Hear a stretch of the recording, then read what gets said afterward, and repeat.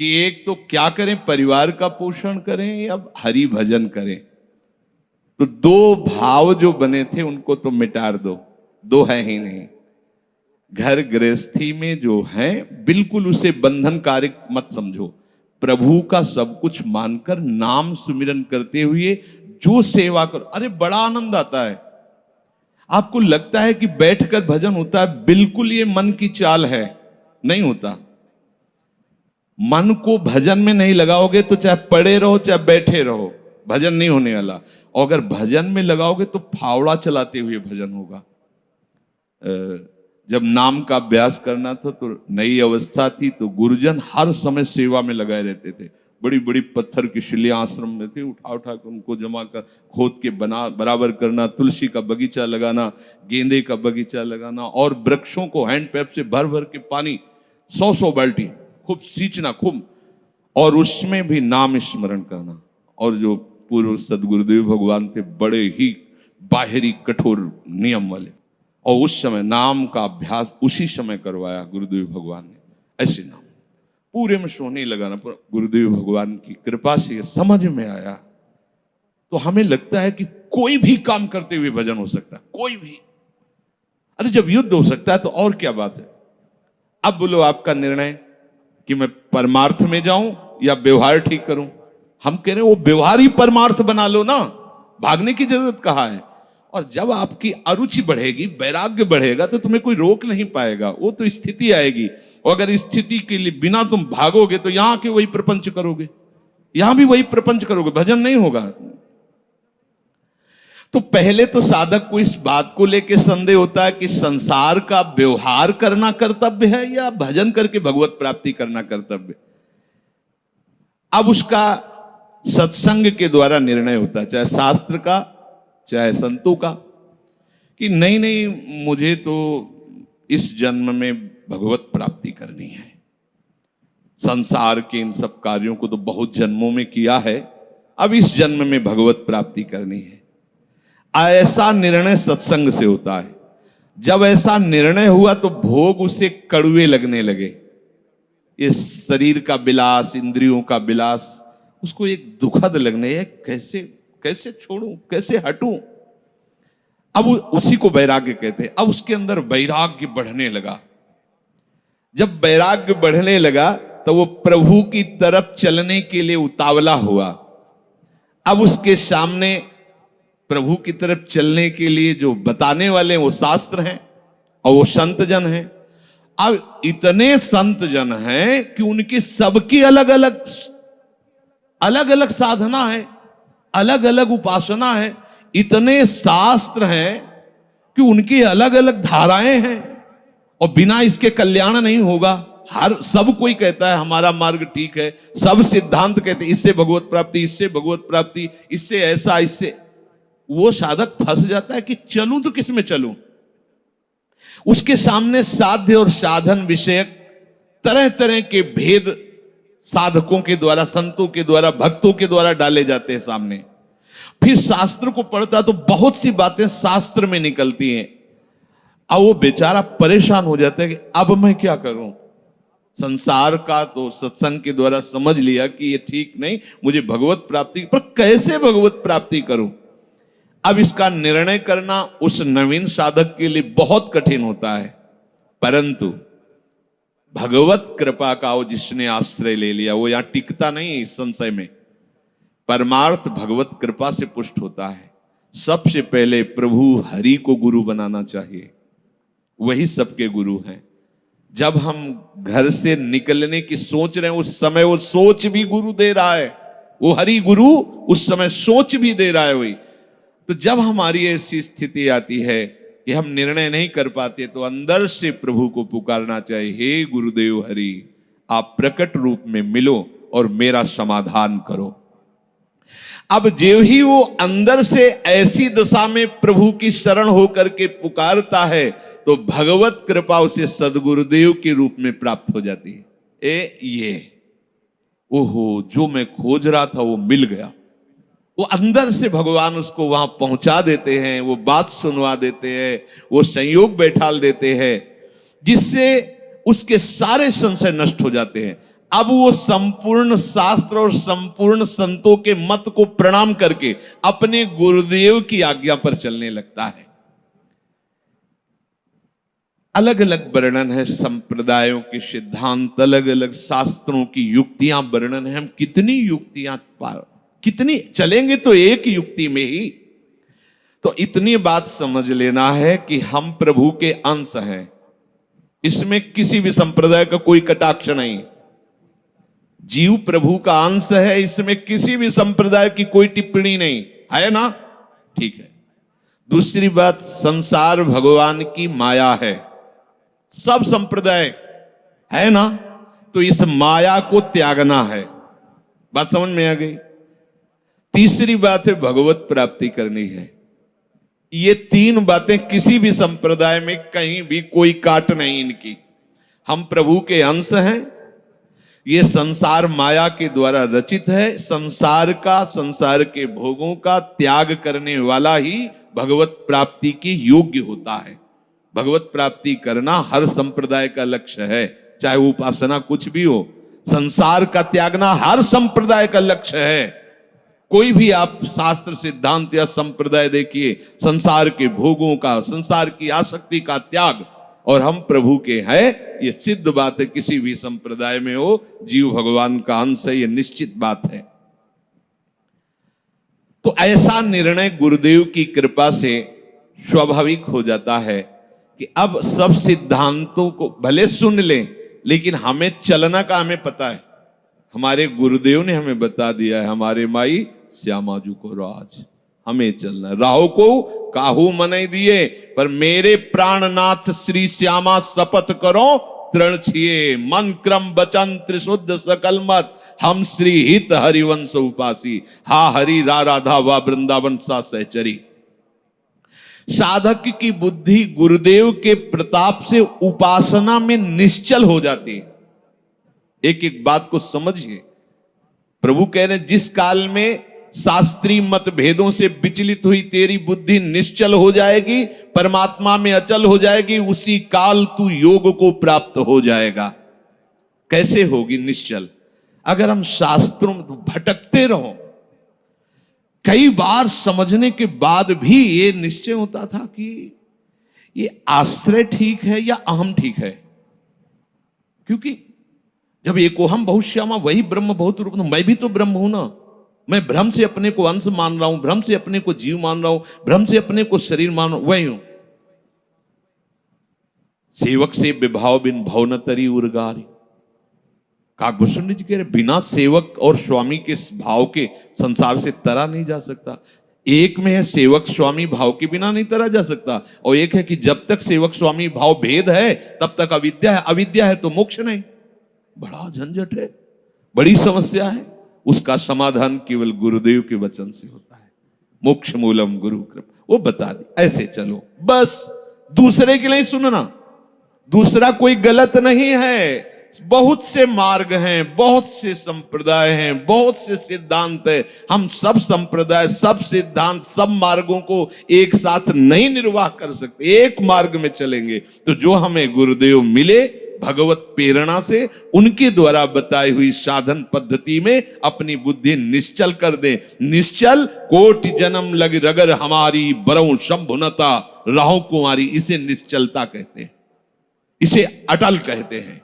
चाहे जितनी परीक्षा ले लो, चाहे जैसा दुख दे दो, चाहे जैसा प्रलोभन दे दो, लेकिन अब अपने प्रियाजू के गोरे चरणार बिंदु के सिवा अन्य आश्रय नहीं ले सकते। ये अचल बुद्धि हो गई।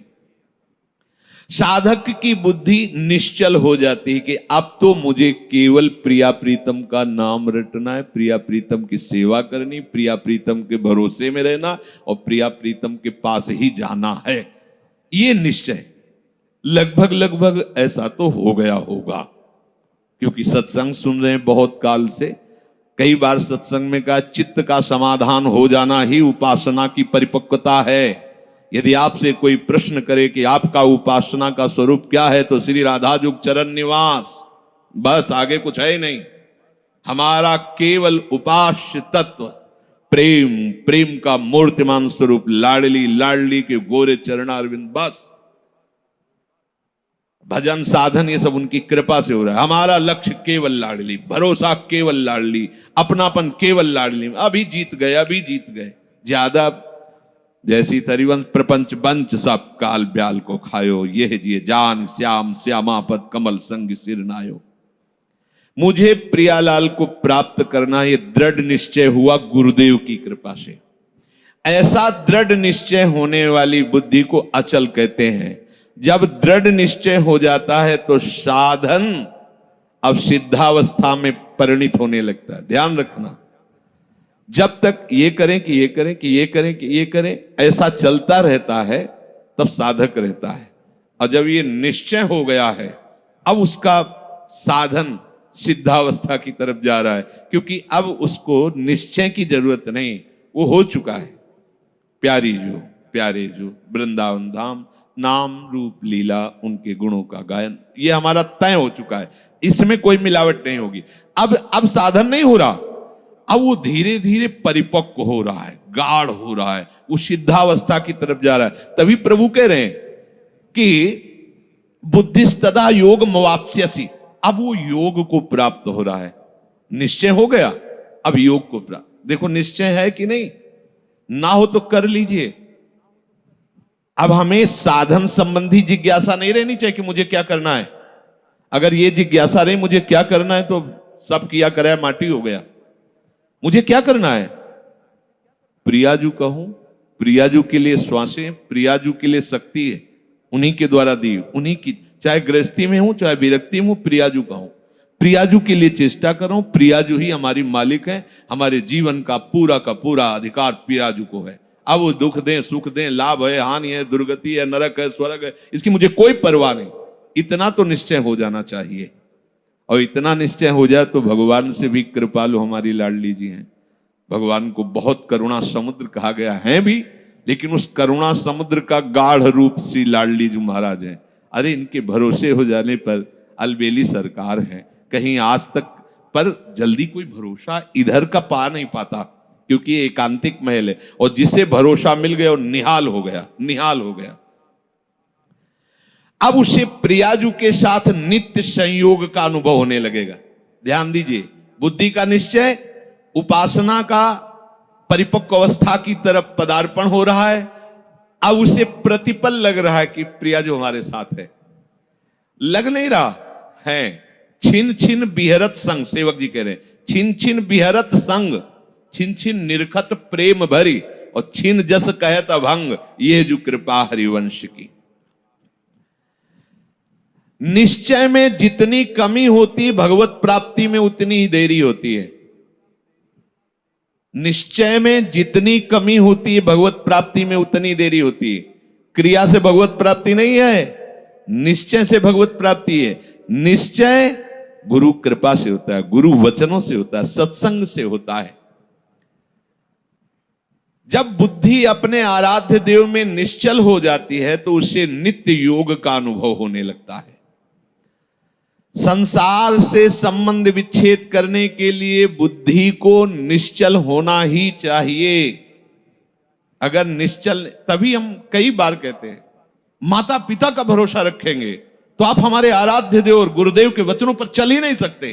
भोगेश्वर प्रसक्ता नाम तया प्रहत चेत साम व्यवसायत्मिका बुद्धि समाधो न विधीयते, नाटक हो जाएगा। अगर ऐसा होता तो रघुनाथ दास गोस्वामी जी जगन्नाथ जी में अखंड भंडारा शुरू कर देते। हलवाई भेजे थे, रुपए भेजे थे, दोनों पिता जो भाई थे बड़े अरबपति खरबपति उस समय थे। मजूमदार पदवी उनको प्राप्त थी, पूरा राजा महाराजाओं जैसा नहीं। जगन्नाथ जी के सिंहपौर पर खड़े होकर भीख मांगकर खाते और वो सब त्याग दिया। ये है परमार्थ का स्वरूप। ऐसा संसार से संबंध विच्छेद करने के लिए तैयारी करनी ही है। ये शरीर और शरीर के संबंधी भोग और शरीर संबंधी रिश्ते नातेदार, यही संसार है। इससे अंदर से संबंध विच्छेद किए बिना कोई न भक्त हो सकता है, न महात्मा हो सकता है, न भगवत प्राप्ति कर सकता है। जो प्रभु से बिछुड़ा हुआ बहुत जन्मों से है और संसार से अपनापन किए हुए है। अब बिना ये अपनापन संसार से हटाए प्रभु से योग हो ही नहीं सकता। चाहे जिससे आशीर्वाद मांग लो, चाहे जिससे आप जाकर के कहो कि हमें हाथ रख दो। लोग ऐसे बावरे हाथ पैर रखने से कुछ होता है क्या? कुछ नहीं होता। बड़े बड़े सिद्ध महापुरुषों के दर्शन हुए जो ब्रह्माकार वृत्ति में, उनके जब वचन सुने तो केवल साधन पक्ष की बात की है। आप अपने भजन पर अधिकार रखो, केवल आप अपने संयम नियम पर अधिकार रखो, अपनापन प्रभु से रखो, बस यही आशीर्वाद है कि तुम्हारा साधन बन जाए, तुम्हारा उपासना में मन लग जाए, ये आशीर्वाद है। अगर इसमें नहीं लगा तो कोई आशीर्वाद फलीभूत नहीं होगा। ये सब भ्रम की बातें छोड़ दो। नौटंकी नाटक अलग चीज है। ये ले सेव संतरा और हाथ सहला दिया और लिफाफा रख दिया, ये नाटक तो बहुत बढ़िया हो सकता है, लेकिन ये आशीर्वाद मत समझना। तुम्हारी भजन में रुचि हो जाए, तुम्हारी विषयों में अरुचि होकर संयम नियम पूर्वक प्रभु आराधना में मन लगने लगे, ये संत का आशीर्वाद फलीभूत हो गया। जो आपने शरीर और शरीर के संबंधियों पदार्थों में अपनापन कर लिया, ये भूल त्यागे बिना तुम्हारा योग हो ही नहीं सकता। कितनी बढ़िया बात, बड़ी अमृतमयी बात है। और जब आप संसार से वियोग करोगे तो प्रभु से योग स्वाभाविक हो जाएगा, करना नहीं पड़ेगा, क्योंकि वो हमारे हैं। संसार से योग करना पड़ता है, योग होता भी नहीं है। कहां अपने हाथ में कुछ लग रहा है क्या? प्रतिपल आयु नष्ट होती चली जा रही, प्रतिपल जो वस्तु पदार्थ सब दूर होता चला जा रहा है, आप उसे पकड़े हुए केवल हो। और इनको छोड़िए तो प्रभु से योग करना नहीं पड़ेगा। हमारा योग है वही जागृत हो जाएगा, स्वाभाविक जागृत हो जाएगा। हमारी बुद्धि प्रभु में निश्चल हो जाएगी। अब प्रश्न बनता है कि जिसकी प्रभु में बुद्धि निश्चल हो जाती है उसके क्या लक्षण होते हैं? अर्जुन जी कह रहे, स्थित प्रज्ञस्य का भाषा समाधिस्थस्य केशव, स्थित धी किम प्रभासेत किमासीत ब्रजेत किम। जिसकी बुद्धि प्रभु में स्थिर हो जाती है, अचल हो जाती है, निश्चल हो जाती है, उसके क्या लक्षण होते हैं? अर्जुन ने पूछा। वो स्थिर बुद्धि वाला कैसे बोलता है, कैसे बैठता है, कैसे चलता है और कैसे व्यवहार करता है? बहुत सुंदर विषय है। जिसकी बुद्धि प्रभु में स्थित हो गई है, अर्जुन जी प्रश्न कर रहे हैं कि वो कैसे लक्षण होते हैं तो समझा जाए कि इसकी बुद्धि स्थित है। वो कैसे बोलता है, उसकी वाणी से कैसे पहचान किया जाए कि जो बोल रहा है ये स्थिर बुद्धि वाला है, या जो बोल रहा है वो चलायमान बुद्धि वाला है। अभी परमात्मा में इसकी निश्चयात्मिका बुद्धि नहीं हुई है। वो बैठता कैसे है, वो व्यवहार कैसे करता है, वो चलता कैसे है? अर्जुन जी ने ऐसा प्रश्न किया तो प्रभु उत्तर दे रहे हैं कि प्रजहाति यदा कामान, बहुत अमृत में वचन है।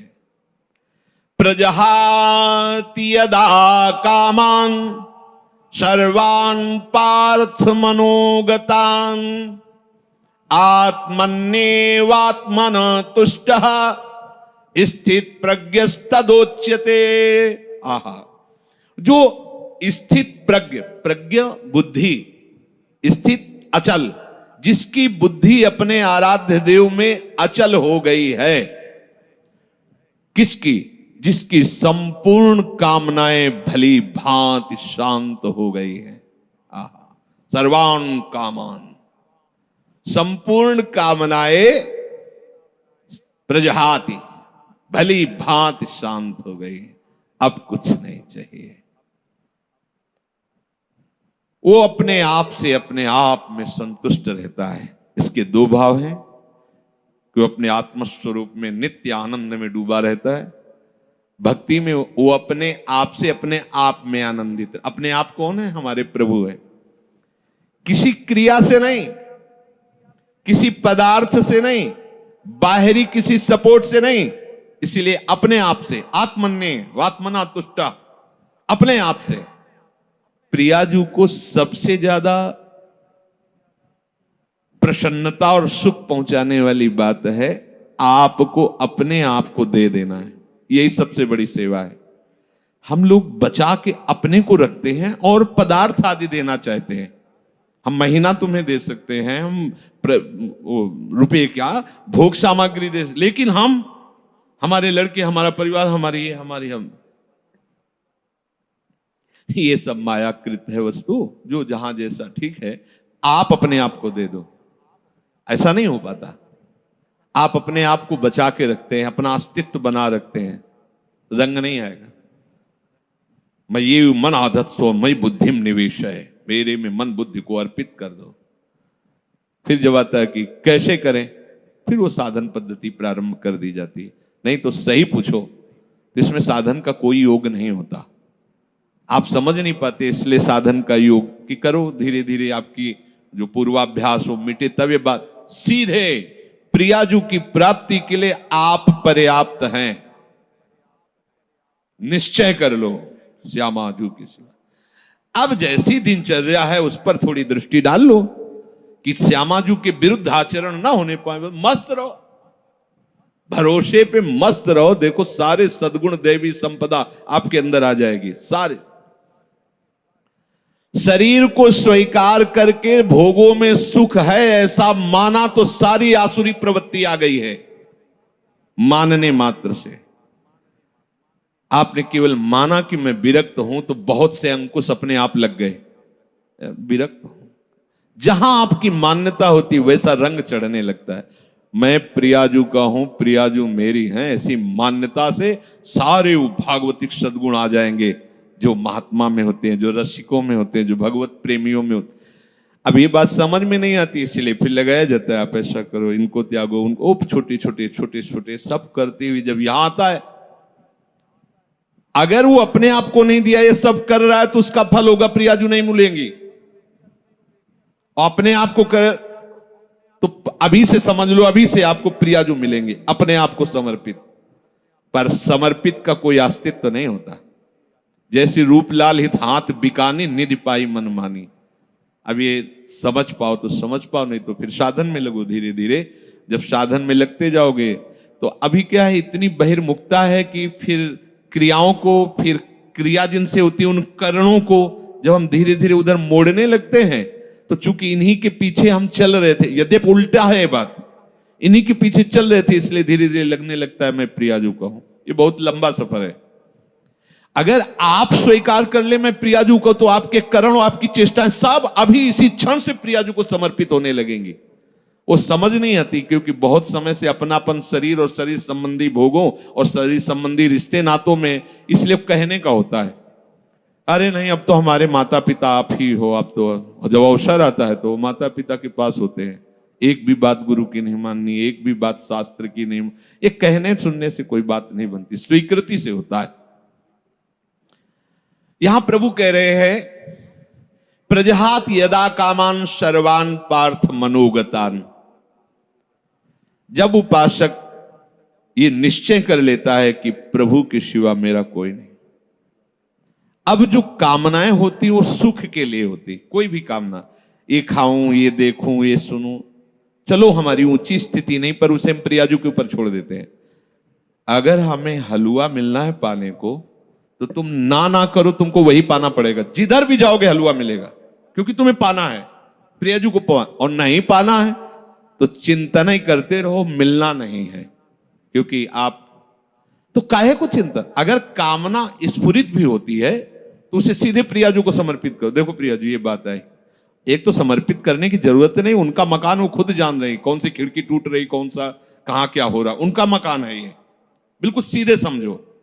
जब मकान नाम में कर दिया तो उसकी छिपकली भी उसी में हो गई, जाला भी हो गया, मकरी भी हो गई, और उसकी जो गंदगी वो भी उन्हीं के नाम हो गई। आप समझो, बिल्कुल समझो। मकान नाम हो गया ना, जैसे कहते सब पूरा हो गया, उसमें अच्छा बुरा जो भी था सब नाम। ऐसे ही जीवन प्रभु के हवाले कर दिया। अब आप निश्चिंत। एक सूत्र नारद जी ने लिखा है कि जो उपासक ऐसा समर्पित हो जाता है, उसके काम क्रोध लोभ मोह मद मत्सर ये भी समर्पित हो जाते हैं। ये सब भगवत स्वरूप हो जाते हैं। ये विरोध तभी करते हैं जब हम भगवत विमुख है, देहाभिमानी, इसलिए जलाते हैं, हमें भ्रष्ट करते हैं। और जिस समय आप भगवत समझ, तो ये सब भगवत स्वरूप हो जाते हैं। ये सब प्रभु को समर्पित हो जाते हैं। जिस समय उपासक मन में आई हुई संपूर्ण कामनाओं को भली भांति त्याग देता है, अब ये थोड़ा समझना होगा यार रुक के, हमारे अंदर जो सुख भोग की लालसा यही कामना पैदा करती है। हम कहते हैं ठीक है तुम्हें कोई ज्ञान नहीं, पर एक पर विश्वास कर लिया, जैसे मान लो आप यहां अधीन हो गए राधा केली कुंज में स्वामी जी के, तो अब तुम्हें इच्छा करने की क्या जरूरत है कि हमको ये भोजन में मिले, क्योंकि तुम थोड़ी, अब तो जो श्री जी का भोग लगेगा वो आपको मिलेगा। तो अगर आपके अंदर आता भी है अज्ञान के कारण, यद्यपि आपको जरूरत नहीं किसी भी भोग की, आप बहुत सुख स्वरूप हैं, किसी भी भोग से आपको सुख नहीं मिला है, न मिलेगा और न है, आप इतने सुख सिंधु है कि बिल्कुल ये समझ लो तटस्थ हैं। जैसे प्रभु सुख राशि ऐसे आप भी सुख राशि, ईश्वरंश जीव अविनाशी चेतन अमल सहज सुख राशि। पर अपने स्वरूप का बोध न होने के कारण शरीर भाव से आपके अंदर जो कामनाएं, तो जब शरीर समर्पित कर दिया तो कामनाएं भी समर्पित हो गई। अब आपको चाहिए कि धैर्य पूर्वक ये देखो कि हमारे अंदर जो कामनाएं हो रही हैं वो विषय सेवन के लिए हो रही हैं। अब मेरा अधिकार नहीं है क्योंकि श्री जी को समर्पित है। अगर ये होना होगा तो अब हमको इसके विषय में नहीं सोचना है, अब वो हमारे योगक्षेम का वहन करेंगे, अब हमें चिंता नहीं करनी। इस भाव से कामनाओं के जो आप जलन में जलते उसको त्यागो, क्योंकि बिना कामना त्यागे, आगे बात नहीं मिली, कामना का त्याग। क्यों कामना करते हो? सच्ची मानिए, जैसे बिना कामना के तुम्हें दुख भोगना पड़ता है, ऐसे बिना कामना के सुख भोगना पड़ेगा। अच्छा, ये तो कर्म की बात कही, लेकिन हम कर्म के आश्रय में थोड़ी, प्रियाजू के आश्रय। अब जिससे आपका मंगल होगा वही वस्तु व्यक्ति स्थान आपके संयोग में आने देंगी, नहीं आने देंगी। आप बेपरवाह हो जाओ, एकदम ऐसे हो जाओ, और हम तो बहुत नीच है, हम तो कामी हैं, हम तो ये हैं वो, तो नामे क्या किया है तुमने? गुरु के सन्मुख होकर के रजिस्ट्री किसकी की थी? किसकी रजिस्ट्री की थी? धोखा क्यों? प्रभु से धोखा क्यों? तनुवांग मनोभीर, शरीर मन वाणी लिखित, हे गुरुदेव। ये शरणागति का मतलब क्या होता है? हे गुरुदेव, जैसे जज के सामने नहीं कि हम अपनी संपत्ति इनको ट्रांसफर करते हैं, तो हे गुरुदेव आपने जो परिचय बताया प्रिया प्रीतम का, आपने जो नाम दिया, आपने जो मंत्र दिया, आप तन मन वाणी सब आराध्य देव के चरणों में समर्पित है। अब बोलो आपका बोलने का क्या अधिकार? आप पूरे के पूरे अहम में रहते हो, लिखा पढ़ी भी कर देते हो, कैसे होगा? मान लो ये जमीन किसी ने लिख गई श्री जी के नाम, और वाकई यहां सत्संग नहीं होगा, कैसे तुम ऐसा कैसे बोल सकते हो? ऐसे ही होता है। आप कहते हो कि तनुवांग मनोभीर मलई सोहम तविवाश्रित, और फिर इसके बाद अहंकार का खेल दिखाते हो, तो दिव्य शक्तियां जो आपको धक्का मार के बाहर निकल, झूठा कहीं का। नहीं तो भगवत प्राप्ति हो गई है, किसी साधन से नहीं, श्री जी के नाम में कर दिया। श्री जी के नाम में कर दो ना, अंदर की बात है, किसी को बाहर थोड़ी बताने की बात। अब आप अभी निश्चिंत हो गए, जब पवाएंगे पालेंगे, जब सुलाएंगे सो जाएंगे, जब जगाएंगे जग गए, जब जो सेवा करवा रहे हो सेवा हो रहे, नहीं हो रहा तो हमारी भगवत प्राप्ति है। क्योंकि हम जितने बूढ़े शरीर वाले हो चाहे जवान शरीर वाले हो, क्रियापरायण हो चाहे निष्क्रिय हो, हम अपने आप को श्री जी के हवाले कर दिया है। कामी है, क्रोधी है, लोभी है, मलिन है, जैसे भी है, जैसे पूरा का पूरा मकान आपके नाम। अब बेपरवाह हो जाओ, पर करते नहीं हो इसीलिए बेपरवाह नहीं हो। अगर कर दो तो अभी नाच पड़ोगे, बाजी जीत, तभी तो बलिहारी गुरु चरणों की होती है, ऐसे थोड़ी बलिहारी। इतना बड़ा समस्या ऐसे मिटा दिया, बलिहारी बलिहारी बलिहारी हृदय में बार नाम सुकृत धन अपनी जीवन अति हित मान देत वरदान। ये हमें बहुत बड़ी वस्तु मिल गई। अब जब समस्त कामनाओं का त्याग करके एकमात्र निश्चल बुद्धि प्रभु में होती है, तो उसे कहा जाता है स्थित प्रज्ञ। ऐसा समझ लो जैसे भुना हुआ चना, भुने हुए चने को कहीं भी कितने भी गीली मिट्टी में खाद डाल के आप कभी अंकुरण नहीं हो सकता। ऐसे जो स्थित प्रज्ञ होता है कोई भी भोग वासना उसके हृदय में हलचल नहीं पैदा कर सकती। वो निरपेक्ष होकर भोगता है। प्रसाद अच्छे से अच्छा या प्रतिकूल या अनुकूल, जैसी भी परिस्थिति वो बाहरी है। जैसे आप क्या पाके कैसे हो, आपको अपने को क्या परेशानी, ऐसे ही इसका प्रारब्ध है या इसको प्रभु ने निश्चय किया है कि हलवा पाना, पा लिया। उसको कोई उसमें हर्ष नहीं होता आज हलवा नहीं, नमक रोटी मिल गई या ऐसे ही कुछ रूखा सूखा, कोई शोक नहीं उसके लिए। कोई यार 10 दिन से तो ऐसे ही चल रहा है, कुछ ऐसा मिलना चाहिए, कुछ वैसा, कोई हलचल। क्यों? क्योंकि वो भोगता नहीं, वो शरीर नहीं है, प्रियाजू को अर्पित जैसा जो कुछ। अब ये थोड़ा समझना चाहिए। कब समझोगे, कब इस पे चलोगे? स्थित प्रज्ञ वही है, उसी की बुद्धि प्रभु में निश्चल मानी जाती है, जो सर्व कामनाओं का त्यागी होता है। कोई खास बात नहीं है। और इतनी बड़ी बात है कि जन्म जन्म रगड़ करते रहो फिर भी इससे नहीं निकल पाओगे। और इतनी हल्की सी बात है, कनेक्शन कटा पूरा सब खत्म, से ले चलो पूरा सब खत्म। अहंकार केवल श्री जी के चरणों में, अपनापन श्री जी के चरणों में कर लो, ये सब ठीक हो जाए। सब बिगड़ा रहे तो भी भवन किसने खरीदा है? ये भवन किसका है? खंडहर पड़ा है, टूटा है, जाला है, कोई शोभा नहीं, बैठने लायक नहीं है, बढ़िया है, लेकिन खरीदा किसने? बोले अमुक। अरे बोले 2 मिनट में सब ठीक कर देगा। उसके लिए क्या है ये? बस आज वो अपिचेत सुदुराचारो भजते माम अनन्य भाग साधुरेव समन्तव्य सम्यक व्यवसिता। ऐसा खरीदा किसने है? प्रभु के वचन है, गीता जी में आगे आएगा। अपिचेत सुदुराचारो, सुमन सांगोपांग दुराचार करने वाला वर्तमान में, लेकिन उसने निश्चय कर लिया कि अब मेरा केवल भगवान ही उद्धार कर सकते हैं, मैं बहुत नीच और पापी हूं, केवल भगवान ही। भगवान करे साधु मानो। बोले कैसे माने साधु, ये तो खंडहर पड़ा है, हर जगह से बेकार है। बोले हम बनवा देंगे, हम बनवा देंगे। अच्छा, उनके बनवाने में ईंट गारा की जरूरत नहीं, दृष्टि में बदल जाएगा। मैं बनाऊंगा साधु से, करो सत्य ते साधु सम, ठेका ले लिया, अब बात बन गई। बिल्कुल सहज सरल बात तुम्हें बता रहे हैं। भगवत प्राप्ति करने के लिए अपने आप को जैसे हो वैसे के वैसे प्रभु के चरणों में लिखित दे दो। कहां से लिखित? हृदय से। अब आपका प्रश्न उत्तर नहीं बनता है, आप अंदर से शांति से बैठकर, ब्रह्म मुहूर्त का समय है, मेरे बनाए ना बनेगी कोटि कल्प लो। हे प्रिया, आप तो जान रही है, हमारी दशा देख रही, बस मैं जैसा हूं, जैसा मेरा तन है, जैसा मेरा मन है, जैसी मेरी चेष्टा है, जैसा मेरा स्वभाव है, मैं पूरा का पूरा अपने आप को आपके चरणों में समर्पित करता हूं। ठीक है, अब अगर बिल्डिंग की खिड़की तोड़ी जाती है, नई खिड़की लगानी, तो तुम्हें परेशानी क्या है? समझ रहे हो? यहां ऑपरेशन होना है, यहां परेशानी है, ये रोग है, ये इन्फेक्शन है। अब आपका प्रश्न कैसे बनता है? अगर आप कह रहे हो कि प्रियाजू तो सर्व सामर्थ्यशाली, हमारा ये ठीक हो जाना चाहिए, ए धोखेबाज, तुम्हारा क्या ठीक हो जाना चाहिए? तुमने तो नाम कर दिया था प्रियाजू के। आप सोचो कितने हम लोग बेईमान, प्रभु से बेईमानी करते हैं। उन्हीं की वस्तु है, अपनी मान ली। इस भूल मिटाने का परिणाम होगा परमानंद।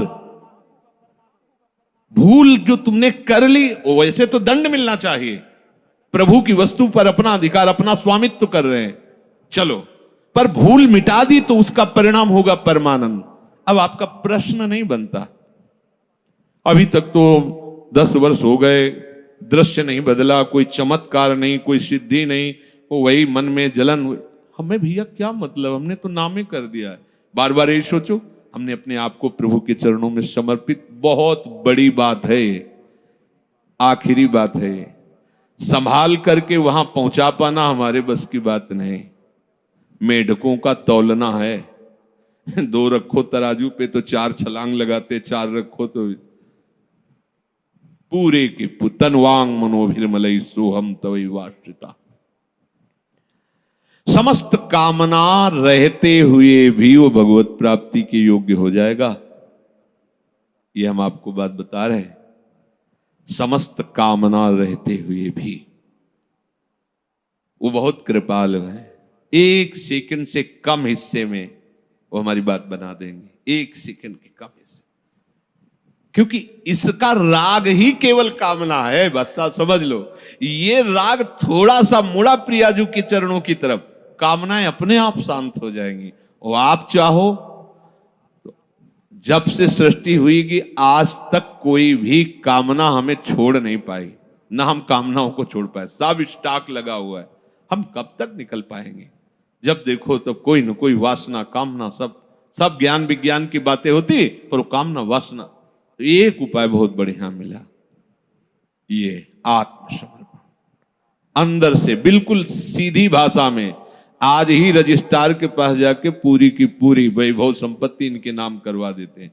यहाँ के रजिस्ट्रार हैं रसिक जन, और यहाँ की संपत्ति है एक एक श्वास प्रियाजू के चरणों। अब हमारा अधिकार नहीं, चाहे नरक भेजो चाहे स्वर्ग भेजो, पर इस बात को पकड़ो तब होगा, नहीं तो अभी बात ये होती थोड़ी देर में इतने प्रश्न के चिट्ठे आ जाएंगे।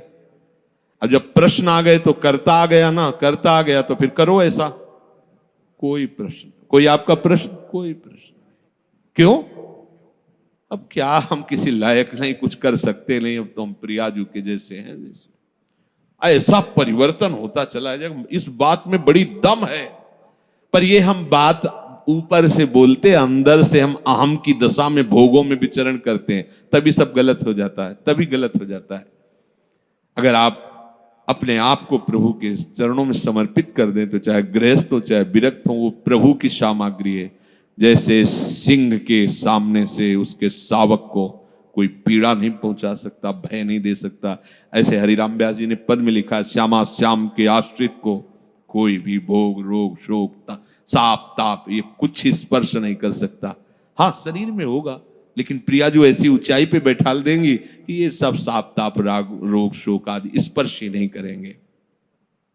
वो अपने आप में संतुष्ट रहता है, प्रभु के विधान में संतुष्ट रहता है।